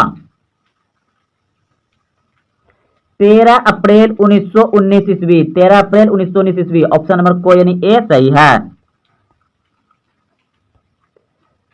लखनऊ समझौता किस वर्ष हुआ? लखनऊ समझौता किस वर्ष हुआ? 1916 ईस्वी में, बिल्कुल सही सोचे थे आप, 1916 ईस्वी में। असहयोग आंदोलन का प्रस्ताव कांग्रेस के किस अधिवेशन में पारित हुआ? असहयोग आंदोलन का प्रस्ताव कांग्रेस के किस अधिवेशन में पारित हुआ? दिसंबर 1920 नागपुर। भारत में खिलाफत आंदोलन कब और किस देशों के शासक के समर्थन में शुरू हुआ? भारत में खिलाफत आंदोलन कब और किस देश के शासक के साथ समर्थन में शुरू हुआ? 1920 तुर्की, 1920 तुर्की। सविनय अवज्ञा आंदोलन कब और किस यात्रा से शुरू हुआ? सविनय अवज्ञा आंदोलन कब और किस यात्रा से शुरू हुआ? 1930 दांडी यात्रा से, ऑप्शन नंबर सी सही है। निम्नलिखित में कौन प्राकृतिक आपदा है? निम्नलिखित में कौन प्राकृतिक आपदा है? आपके सामने ऑप्शन दिया गया है। ऑप्शन ए आग लगना, ऑप्शन बी बम विस्फोट, ऑप्शन सी भूकंप, ऑप्शन डी रासायनिक दुर्घटना। तो पूछा गया है कि प्राकृतिक आपदा यानी कि स्वयं अपने आप हो, तो ऐसा कौन सा ऑप्शन है जो कि अपने आप हो सकता है, जिसमें कि मानव का कोई हाथ ना हो, मानव का संभव ही ना हो कि वैसा काम कर सके, वैसे घटना को प्राकृतिक घटना कहेंगे या प्राकृतिक आपदा कहेंगे। तो ऑप्शन नंबर सी बिल्कुल सही है, भूकंप। भूकंप जो है कि प्राकृतिक है, लेकिन यहां पर देख रहे हैं ऑप्शन में आग लगना, ये मानव के द्वारा हो सकता है। बम विस्फोट ये भी मानव के द्वारा हो सकता है। रासायनिक दुर्घटना ये भी मानव के द्वारा हो सकता है, लेकिन भूकंप नहीं होगा इस मानव के द्वारा, इसलिए ये प्राकृतिक आपदा है। ऑप्शन सी सही है। इनमें कौन प्राकृतिक आपदा है? इनमें कौन प्राकृतिक आपदा है? आपके सामने ऑप्शन दिया गया है। ऑप्शन ए आतंकवाद, ऑप्शन बी महामारी, ऑप्शन सी दंगा, ऑप्शन डी इनमें सभी। तो महामारी जो है कि आतंकवाद मानव के द्वारा हो सकता है, दंगा भी मानव के द्वारा हो सकता है, लेकिन महामारी जो है कि बहुत बड़ा जैसे कोरोना, तो ये जैसे कि प्राकृतिक से रिलेटिव आ जाता है, तो ये प्राकृतिक आपदा हो जाएगा। ऑप्शन नंबर 20 सही है। निम्नलिखित में कौन मानव जनित आपदा नहीं है? कह रहा है कि प्रश्न निम्नलिखित में कौन मानव जनित आपदा नहीं है। तो मानव जनित आपदा नहीं है सुनामी। सुनामी क्या है? प्राकृतिक है, तो ये मानव जनित आपदा नहीं है। ऑप्शन नंबर सी सही है। मानव जनित आपका आतंकवाद हो गया, रेल दुर्घटना हो गया, सांप्रदायिक दंगा हो गया, जो दंगा होता है जात में, यानी कि हिंदू या मुस्लिम ईसाई इस तरह से जो होते रहता है अलग धर्म में, तो ये सब नहीं होना चाहिए। भारत एक धर्मनिरपेक्ष राष्ट्र है, यहाँ सभी धर्म के लोग मिलजुल कर रहते हैं। तो आप लोग यहाँ समझ गए हैं कि आतंकवाद ये मानव जनित आपदा है, रेल दुर्घटना मानव जनित आपदा है, सांप्रदायिक दंगा भी मानव जनित आपदा है, लेकिन सुनामी क्या है? प्राकृतिक है। तो यहाँ पूछा क्या गया था प्रश्न में? मानव जनित आपदा नहीं है, तो सुनामी मानव जनित आपदा नहीं है। अगला प्रश्न देखिए, इनमें से कौन सी प्राकृतिक आपदा नहीं है। तो इसमें प्रश्न पूछा गया है कि इनमें कौन सी प्राकृतिक आपदा नहीं है। तो प्राकृतिक आपदा नहीं है, साफ दिखाई दे रहा है आतंकवाद, सुनामी प्राकृतिक है, भूकंप प्राकृतिक है, बाढ़ प्राकृतिक है, लेकिन आतंकवाद क्या है? ये प्राकृतिक नहीं है, तो ऑप्शन नंबर ए सही है। अगला प्रश्न देखिए, निम्नलिखित में से कौन प्राकृतिक आपदा नहीं है। तो फिर से पूछा गया कि प्राकृतिक आपदा नहीं है, तो इसमें प्राकृतिक आपदा कौन सा नहीं होगा? रेल दुर्घटना। रेल दुर्घटना प्राकृतिक नहीं है, भूकंप प्राकृतिक है, बाढ़ प्राकृतिक है, सुनामी प्राकृतिक है, लेकिन रेल दुर्घटना प्राकृतिक नहीं है, यह मानव जनित है। ऑप्शन सी सही था। अगला प्रश्न देखिए, अगला प्रश्न है, इनमें कौन प्राकृतिक आपदा नहीं है। इनमें कौन प्राकृतिक आपदा नहीं है। तो ऑप्शन ए बाढ़, ऑप्शन बी सुखाड़, ऑप्शन सी चक्रवात, ऑप्शन डी गरीबी। तो सुखाड़ भी प्राकृतिक है, बाढ़ भी प्राकृतिक है, चक्रवात भी प्राकृतिक है, लेकिन गरीबी प्राकृतिक नहीं है, तो ऑप्शन नंबर डी सही है, गरीबी हो जाएगा। अगला प्रश्न देखिए, निम्न में से कौन मानव जनित आपदा है। इस बार प्रश्न में पूछा गया है कि इनमें से कौन मानव जनित आपदा है। तो ऑप्शन ए दिया गया है सांप्रदायिक दंगे, ऑप्शन बी दिया गया है आतंकवाद, ऑप्शन सी दिया गया है रेल दुर्घटना, ऑप्शन डी दिया गया है इनमें से कोई नहीं। तो निम्न में से कौन मानव जनित आपदा नहीं है। तो ऑप्शन नंबर हो जाएगा आपका डी, बिल्कुल सही है। मानव जनित आपदा ही सब दिया गया है, तो इसलिए इसमें कोई नहीं होगा, ऑप्शन नंबर डी सही है। अगला प्रश्न देखिए, निम्न में से कौन मानव जनित आपदा है। इस बार पूछा क्या मानव जनित आपदा है, तो इनमें सभ्य मानव जनित आपदा है, क्योंकि सांप्रदायिक दंगा और आतंकवाद दोनों आ गया, तो ये तीनों भी आ सकता है। ऑप्शन नंबर डी सही है। जैसे कोरोना जैसे हल्ला हुआ था कि चीन के वायरस को मतलब वैज्ञानिक ने बना करके छोड़ दिया था, तो वैसे ही ये आ जाता है, लेकिन ये आ जाएगा प्राकृतिक में। लेकिन जब यहाँ दो प्रश्न का दो ऑप्शन मिल रहा है, तो तीसरा भी साथ में लेके साथ ले जाना है, तो इनमें सभी हो जाएगा, ऑप्शन नंबर डी सही है। अगला प्रश्न देखिए, इनमें कौन मानव जनित आपदा है। इनमें कौन मानव जनित आपदा है। तो उपयुक्त सभी मानव जनित ही आपदा है, सांप्रदायिक दंगा और आतंकवाद, रेल दुर्घटना, ये सभी मानव जनित ही आपदा है। अगला प्रश्न देखिए, मानव जनित आपदा है, तो इसमें मानव जनित आपदा क्या है? आतंकवाद है, साफ दिखाई दे रहा है। बाकी तीनों क्या है? प्राकृतिक है। चलिए अगला प्रश्न देखिए, प्रश्न है भोपाल गैस त्रासदी किस प्रकार का आपदा थी। भोपाल गैस त्रासदी किस प्रकार का आपदा थी। तो ये एक कंपनी था और कंपनी में बहुत सारे मजदूर काम कर रहे थे, तो किसी न किसी मशीन, तो उसमें किसी न किसी मतलब जो है कि मानव के द्वारा ही गलती हुआ था, तो इसलिए आ जाएगा क्या, और मानव ने ही मशीन फैक्ट्री कारखाना बैठाया था, तो मानव के द्वारा हो जाएगा, यानी मानव जनित आपदा था। भोपाल गैस त्रासदी जो हुआ था वो मानव जनित था, ऑप्शन नंबर ए सही है। अगला प्रश्न देखिए, प्रश्न है कितने प्रतिशत कम वर्षा होने पर किसी क्षेत्र को सूखा घोषित कर दिया जाता है। कितने प्रतिशत कम वर्षा होने पर किसी क्षेत्र को सूखा घोषित कर दिया जाता है। तो 75% कम होगा बरसात, तो उसे सूखा क्षेत्र घोषित कर दिया जाएगा, ऑप्शन नंबर सी सही है।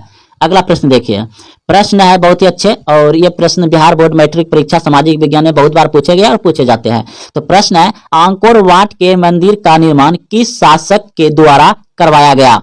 आंकोर वाट के मंदिर का निर्माण किस शासक के द्वारा करवाया गया। तो ऑप्शन नंबर ए बिल्कुल सही है। अगर आप पहले से जान रहे हैं तो कमेंट में जरूर इसका उत्तर दीजिएगा। सूर्यवर्मन द्वितीय द्वारा अंकोर वाट के मंदिर का निर्माण करवाया गया था, ऑप्शन नंबर ए सही है। अगला प्रश्न देखिए, अंकोर वाट का मंदिर कहाँ स्थित है। अंकोर वाट का मंदिर कहाँ स्थित है। तो आप सभी जानते हैं कि काम्बोडिया में है, ऑप्शन नंबर डी सही है, काम्बोडिया में। अगला प्रश्न देखिए, प्रश्न है हिंद चीन में कौन से देश सम्मिलित नहीं था? हिंद चीन में कौन से देश सम्मिलित नहीं था? तो चीन, ऑप्शन नंबर सी बिल्कुल सही है। चीन देश सम्मिलित नहीं था, वियतनाम था, लाओस था, कंबोडिया था। हिंद चीन में कौन से देश सम्मिलित नहीं था? तो चीन नहीं था। इस तरह से भी ऑब्जेक्टिव पूछा जाएगा आपको, और आपको यही प्रश्न बिल्कुल इस तरह से भी पूछा जा सकता है। देखिए, हिंद चीन क्षेत्र में कौन से देश आते हैं? हिंद चीन क्षेत्र में कौन से देश आते हैं? तो ऑप्शन नंबर सी बिल्कुल सही है। अभी तुरंत देखे हैं, Cambodia, Vietnam, Laos. Option number C सही है। अगला प्रश्न देखिए, अंकोर वाट में किस हिंदू देवता का मंदिर है? अंकोर वाट में किस हिंदू देवता का मंदिर है? तो विष्णु, ऑप्शन नंबर ए सही है, विष्णु। अगला प्रश्न देखिए, बंगाल विभाजन 1911 ईस्वी में किसने रद्द किया? बंगाल विभाजन 1911 ईस्वी में किसने रद्द किया? तो ऑप्शन नंबर ए बिल्कुल, बंगाल विभाजन किसने रद्द किया? तो ऑप्शन नंबर डी बिल्कुल सही है, लॉर्ड हार्डिंज ने किया था। ऑप्शन नंबर डी सही है। अगला प्रश्न देखिए, फूट डालो और राज करो की नीति किसने अपनाई? फूट डालो और राज करो की नीति किसने अपनाई? अंग्रेजों ने। ऑप्शन नंबर ए सही है। फटाफट दोस्तों क्वेश्चन का प्रैक्टिस करते चलिए, सामाजिक विज्ञान का। अगला प्रश्न देखिए, सिपाही विद्रोह कब हुआ था? सिपाही विद्रोह कब हुआ था? तो 1857 ईस्वी में। ऑप्शन नंबर बी सही, 1857 ईस्वी में। बंगाल का विभाजन कब हुआ? बंगाल का विभाजन कब हुआ? तो बंगाल का विभाजन हुआ था 1905 ईस्वी में। ऑप्शन नंबर सी सही है, 1905 ईस्वी में। गांधी जी ने साबरमती आश्रम की स्थापना किस वर्ष की? गांधी जी ने साबरमती आश्रम की स्थापना किस वर्ष की? तो 1915 में। ऑप्शन नंबर सी सही है, 1915। गदर पार्टी की स्थापना किसने और कब की? गदर पार्टी की स्थापना किसने और कब की? तो लाला हरदयाल 1913 ईस्वी में। लाला हरदयाल 1913 ईस्वी में। अगला प्रश्न देखिए, भारत में सबसे अधिक विस्तार किस मिट्टी का है? भारत में सबसे अधिक विस्तार किस मिट्टी का है? यानी भारत में सबसे ज्यादा कौन सी मिट्टी है? ऑप्शन ए जलोढ़ मिट्टी, ऑप्शन बी काली मिट्टी, ऑप्शन सी लेटराइट मिट्टी, ऑप्शन डी वनीय मिट्टी। तो ऑप्शन नंबर ए बिल्कुल सही है। भारत में सबसे अधिक विस्तार मिट्टी है जलोढ़ मिट्टी। ऑप्शन नंबर ए सही है, जलोढ़ मिट्टी। प्रश्न है, पुरानी जलोढ़ मिट्टी को क्या कहा जाता है? पुरानी जलोढ़ मिट्टी को क्या कहा जाता है? भांगर मिट्टी कहा जाता है। ऑप्शन नंबर ए सही है, भांगर। अगला प्रश्न देखिए, जलोढ़ मिट्टी में कौन सा तत्व प्रचुर मात्रा में पाया जाता है? जलोढ़ मिट्टी में कौन सा तत्व प्रचुर मात्रा में पाया जाता है, यानी कि सबसे ज्यादा पाया जाता है? Option A potash, option B phosphorus, option C nitrogen, option D जिम्बा। तो जलोढ़ मिट्टी में कौन सा तत्व प्रचुर मात्रा में पाया जाता है? तो पोटास। ऑप्शन नंबर ए सही है, पोटास। भारत की सबसे उपजाऊ मिट्टी है। भारत की सबसे उपजाऊ मिट्टी है, यानी भारत में सबसे ज्यादा किस मिट्टी में फसल उपजाऊ होता है, खेती होता है? तो वाजिब सी बात है, जो भारत में सबसे ज्यादा मिट्टी पाया जाता है जलोढ़ मिट्टी। ऑप्शन नंबर बी सही है, जलोढ़ मिट्टी में सबसे ज्यादा उपजाऊ होता है, यानी जलोढ़ मिट्टी सबसे ज्यादा उपजाऊ मिट्टी है भारत में। अगला प्रश्न देखिए, काली मिट्टी उपयुक्त है। काली मिट्टी उपयुक्त है कपास के लिए, लीची के लिए, गेहूं के लिए, बजरा के लिए। काली मिट्टी उपयुक्त है। ऑप्शन ए बिल्कुल सही है, कपास के लिए। काली मिट्टी किस लिए उपयुक्त है? कपास की खेती के लिए। ऑप्शन नंबर ए सही है। इनमें से किस राज्य में काली मृदा पाई जाती है? इनमें से किस राज्य में काली मिट्टी पाई जाती है? ऑप्शन ए जम्मू और Kashmir, option B Jharkhand, option C Rajasthan, option D Maharashtra. तो इनमें से किस राज्य में काली मृदा पाई जाती है, काली मिट्टी? तो महाराष्ट्र में। ऑप्शन नंबर डी सही है, महाराष्ट्र में। काली मिट्टी का दूसरा नाम क्या है? काली मिट्टी का दूसरा नाम क्या है? ऑप्शन ए बलुआई मिट्टी, ऑप्शन बी रेगुर मृदा, ऑप्शन सी लाल मृदा, ऑप्शन डी पर्वतीय मृदा। काली मिट्टी का दूसरा नाम है रेगुर मृदा, ऑप्शन नंबर बी सही है, रेगुर मृदा। लेटेराइट मृदा का रंग होता है, लेटेराइट मृदा का रंग होता है, ऑप्शन ए पीला, ऑप्शन बी लाल, ऑप्शन सी काला, ऑप्शन डी भूरा। लेटेराइट मृदा का रंग होता है लाल, ऑप्शन नंबर 20 सही है, लाल होता है। लेटेराइट मृदा का रंग होता है लाल, लेटेराइट मिट्टी का रंग कैसा आता है लाल, ऑप्शन नंबर 20 सही है। मरुस्थलीय मृदा का विस्तार निम्न में से कहां है, यानी मरुस्थलीय यानी रेगिस्तान, मरुस्थलीय यानी रेगिस्तान मृदा का विस्तार निम्न में से कहां है, option A Uttar Pradesh, option B Rajasthan, option C Karnataka, option D Maharashtra. मरुस्थलीय मृदा का विस्तार राजस्थान में है, ऑप्शन नंबर 20 सही है, राजस्थान। राजस्थान में थार मरुस्थल है जो कि मरुस्थलीय मृदा भी कहा जाता है, ऑप्शन नंबर 20 सही है, थार मरुस्थल है राजस्थान में, इसलिए वहां मरुस्थलीय मृदा का विस्तार है, ऑप्शन नंबर 20 सही है। मृदा का विस्तार निम्न में से कहां है, यानी सबसे ज्यादा मृदा का विस्तार कहां है, तो उत्तर प्रदेश, ऑप्शन नंबर ए सही है। भारत में चारगाह के अंतर्गत कितनी भूमि है, भारत में चारगाह यानी कि चारा पशुओं को चारा उड़क खिलाने के लिए कितना प्रतिशत भूमि है, तो ऑप्शन नंबर ए बिल्कुल सही है, 4.71%। पंजाब में भूमि नमीकरण का मुख्य कारण है, पंजाब में भूमि नमीकरण का मुख्य कारण है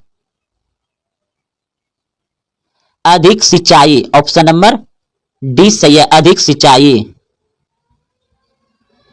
सोपानी कृषि किस राज्य में प्रचलित है, सोपानी कृषि किस राज्य में प्रचलित है, उत्तराखंड में, ऑप्शन नंबर डी सही है, उत्तराखंड में सोपानी कृषि प्रचलित है। मेढक के प्रजनन प्रक्रिया को बाधित करने वाला रसायन कौन है, मेढक को प्रजनन प्रक्रिया को बाधित करने वाला रसायन कौन है, एड्रीन, ऑप्शन नंबर सी सही है, मेढक को प्रजनन प्रक्रिया को बाधित करने वाला रसायन कौन है, एड्रीन, ऑप्शन नंबर सी सही है। जल किस प्रकार का संसाधन है, जल किस प्रकार का संसाधन है, तो चक्रीय, ऑप्शन नंबर ए सही है, चक्रीय। बृहद क्षेत्र में यानी कि बहुत ज्यादा क्षेत्र में जल की उपस्थिति के कारण ही पृथ्वी को कहते हैं, क्या कहते हैं, अधिक जल के उपस्थिति के कारण ही पृथ्वी को क्या कहते हैं, नीला ग्रह, ऑप्शन नंबर 20 सही है, नीला ग्रह कहते हैं। किसने कहा संसाधन होते नहीं बनते हैं, किसने कहा संसाधन होते नहीं बनते हैं, Zimmerman, option B Mahatma Gandhi, option C Sandeep Pandey, option D इनमें से कोई नहीं। जिम्बरमैन ने कहा संसाधन होते नहीं बनते हैं, ऑप्शन नंबर ए सही है, जिम्बरमैन। निम्नलिखित में से कौन सा संसाधन प्राकृतिक संसाधन है, निम्नलिखित में से कौन सा संसाधन प्राकृतिक संसाधन है, तो भूमि क्या है, प्राकृतिक संसाधन है, ऑप्शन नंबर ए सही है। भवन मानव के द्वारा बनाया गया, मानव योग्यता तो मानव है, इनमें से कोई नहीं, तो भूमि जो है प्राकृतिक है, ऑप्शन नंबर ए सही हो जाएगा। निम्नलिखित में से कौन प्राकृतिक संसाधन नहीं है, निम्नलिखित में से कौन प्राकृतिक संसाधन नहीं है, वन तो प्राकृतिक हो जाएगा, नदियां भी प्राकृतिक हो जाएगा, खनिज भी प्राकृतिक हो जाएगा, नगर जो है मानव के द्वारा बसाया जाता है, ऑप्शन नंबर सी सही है, ये प्राकृतिक संसाधन नहीं है नगर। सौर ऊर्जा निम्नलिखित में से कौन सा संसाधन है, सौर ऊर्जा निम्नलिखित में से कौन सा संसाधन है,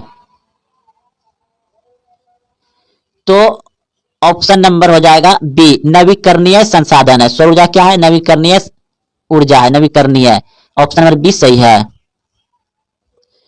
कौन सा ऊर्जा स्रोत अनवीकरणीय है? कौन सा ऊर्जा स्रोत अनवीकरणीय है? तो कोयला, ऑप्शन नंबर सी सही है। कोयला अनवीकरणीय ऊर्जा स्रोत है।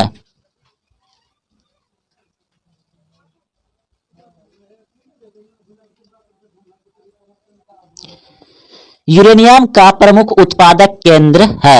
यूरेनियम का प्रमुख उत्पादक केंद्र है। यूरेनियम का प्रमुख उत्पादक केंद्र है जादूगोड़ा, ऑप्शन नंबर डी सही है। जादूगोड़ा ये झारखंड में पड़ता है। निम्नलिखित में कौन खनिज केरल तट पर बालू के रूप में मिलता है?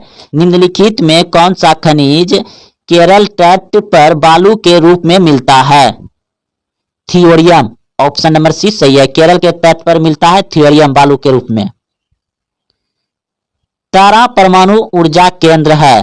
तारा परमाणु ऊर्जा केंद्र है महाराष्ट्र में, ऑप्शन नंबर डी सही है। महाराष्ट्र में तारापुर परमाणु ऊर्जा केंद्र कहां है? महाराष्ट्र में, ऑप्शन नंबर डी सही है। भारत का पहला परमाणु ऊर्जा केंद्र कहां स्थित है? भारत का पहला परमाणु ऊर्जा केंद्र कहां स्थित है? तारापुर में, ऑप्शन नंबर ए सही है। भारत का पहला परमाणु ऊर्जा केंद्र कहां स्थित है? तारापुर में। तारापुर कहां है? महाराष्ट्र में। एशिया का सबसे बड़ा परमाणु विद्युत गृह है। एशिया का सबसे बड़ा परमाणु विद्युत गृह है तो तारापुर। तारापुर कहां है? महाराष्ट्र में। ताप विद्युत केंद्र का उदाहरण है। ताप विद्युत केंद्र का उदाहरण है बरौनी, ऑप्शन नंबर 20 सही है। बरौनी। भारत के किस राज्य में सौर ऊर्जा के विकास की सर्वाधिक संभावनाएं हैं? भारत के किस राज्य में सौर ऊर्जा के विकास की सर्वाधिक संभावनाएं हैं? राजस्थान, ऑप्शन नंबर सी सही है। राजस्थान में भारत के राज्य में सर्वाधिक ऊर्जा विकास की सर्वाधिक संभावनाएं हैं राजस्थान में। प्रश्न था भारत के किस राज्य में सौर ऊर्जा यानी कि सौर प्लेट सबसे ज्यादा लगाया जा रहा है? राजस्थान के थार मरुस्थल में, इसलिए वहां सौर ऊर्जा के विकास की सर्वाधिक संभावनाएं हैं राजस्थान में। बिहार के किस शहर में कांच उद्योग स्थापित है? बिहार के किस शहर में कांच उद्योग स्थापित है? तो ये ऑप्शन ए हो जाएगा, हाजीपुर में। बिहार के किस शहर में कांच उद्योग स्थापित है? हाजीपुर में। अगला प्रश्न देखिए, सीमेंट का कारखाना कहां है? सीमेंट का कारखाना कहां है? डालमिया नगर में, ऑप्शन को यानी ए सही है। डालमिया नगर में सीमेंट का कारखाना है। रेल वर्कशॉप कहां स्थित है? रेल वर्कशॉप कहां स्थित है? जमालपुर, ऑप्शन नंबर को यानी ए सही है। रेल वर्कशॉप कहां स्थित है? जमालपुर। बिहार में रज्जू मार्ग कहां है? बिहार में रज्जू मार्ग कहां है? राजगीर, ऑप्शन नंबर को यानी बी सही है। राजगीर में है रज्जू मार्ग। मंदार हिल किस जिले में स्थित है? मंदार हिल किस जिले में स्थित है? यह आपको पूछा जाएगा। मंदार हिल पर्वत किस जिले में स्थित है? Option A Munger, option B Bhagalpur, option C Banka, option D Buxar. Mandar hill पर्वत बांका में है। ऑप्शन नंबर सी यानी वो सही है, बांका में।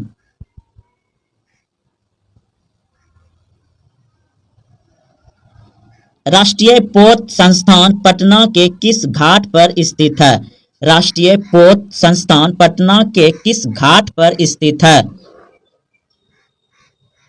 ऑप्शन को बिल्कुल सही है, महेंद्रू घाट। महेंद्रू घाट।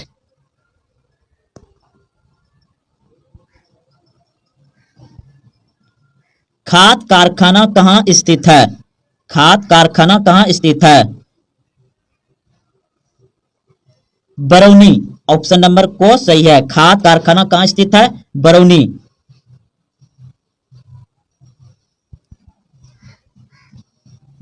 किस नगर में कलीन तैयार होता है? किस नगर में कलीन तैयार होता है? दाऊद नगर। ऑप्शन नंबर को सही है, दाऊद नगर में। अशोक पेपर मिल किस जिले में स्थित है? अशोक पेपर मिल किस जिले में स्थित है? समस्तीपुर। ऑप्शन नंबर को सही है, समस्तीपुर।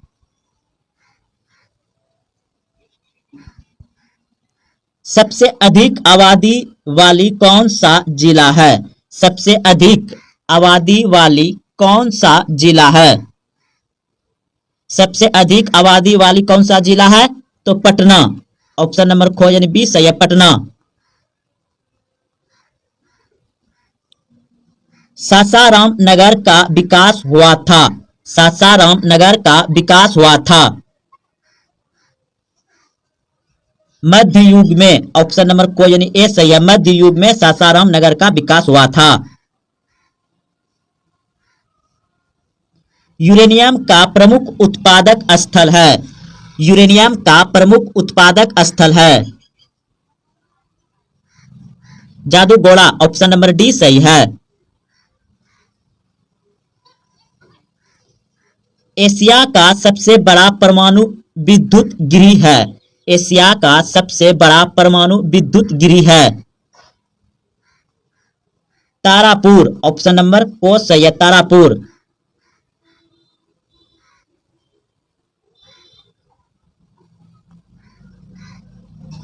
इनमें कौन सा जीव है जो केवल भारत में ही पाया जाता है? इनमें कौन सा जीव है जो केवल भारत में ही पाया जाता है? घड़ियाल। घड़ियाल जो है सिर्फ भारत में ही पाया जाता है। ऑप्शन नंबर को सही है, घड़ियाल। भारत का राष्ट्रीय पक्षी है। भारत का राष्ट्रीय पक्षी है, आप सभी जानते हैं, मयूर। ऑप्शन नंबर सी सही है।